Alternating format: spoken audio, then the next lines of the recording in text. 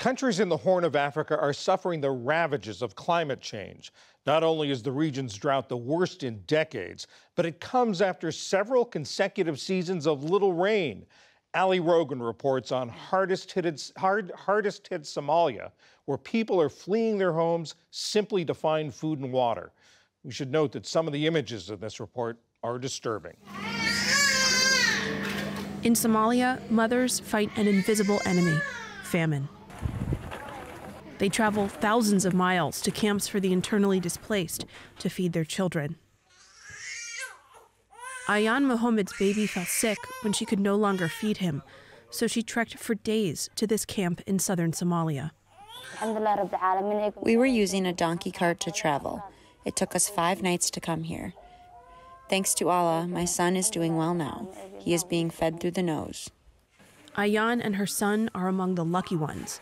Across the Horn of Africa, 4 seasons of failed rains have led to the worst drought in 40 years, leaving 29 million people, including 2 million children, in need of food.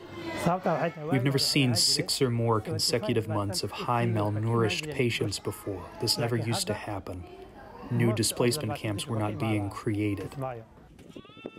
Climate change is at the heart of the crisis, and Somalis have been hardest hit. As their livestock die, so too does their way of life. The cycles of drought are now more closer together. Before, people had 5-10 years to recover. Now, this is the 3rd drought in a decade in Somalia. What is predominantly pastoralist and agro-pastoralist communities are simply unable to hold on to these livelihoods for much longer if the impact of these crises and the shocks continue to come so close together. Rania Dagash is UNICEF's Deputy Director for Eastern and Southern Africa. She recently returned from a visit to Somali displacement camps and hospitals. I've actually worked in this region and on droughts for over 20 years. And this is the first time I broke down in every single camp we went to. I cried every single time because there were babies, and mostly the under 6 months, who come in last port of call at this point, the lucky ones who made it to these locations. And they're connected to therapeutic feeding. We are keeping them alive on the brink, really. One of them is 8-month-old Ibrahim, sitting on his grandmother's lap in a Mogadishu hospital. A nurse examines his bony limbs before giving him a much-needed blood transfusion. Dr. Mohammed Shafi treats hundreds of these tiny patients.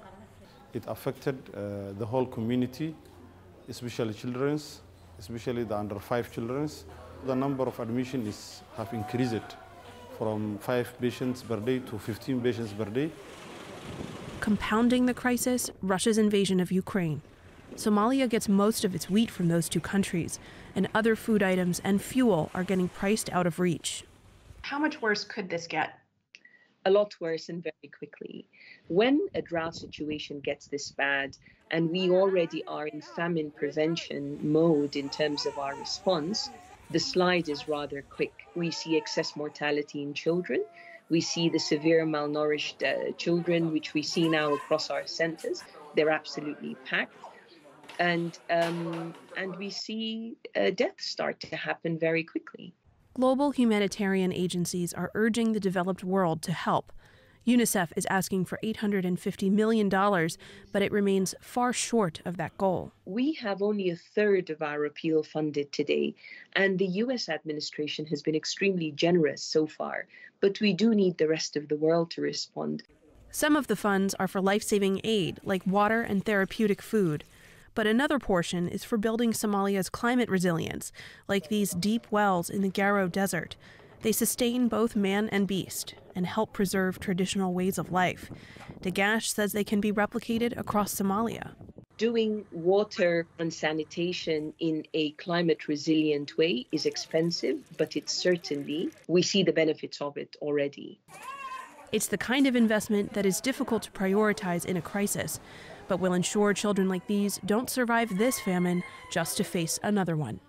For PBS News Weekend, I'm Ali Rogan.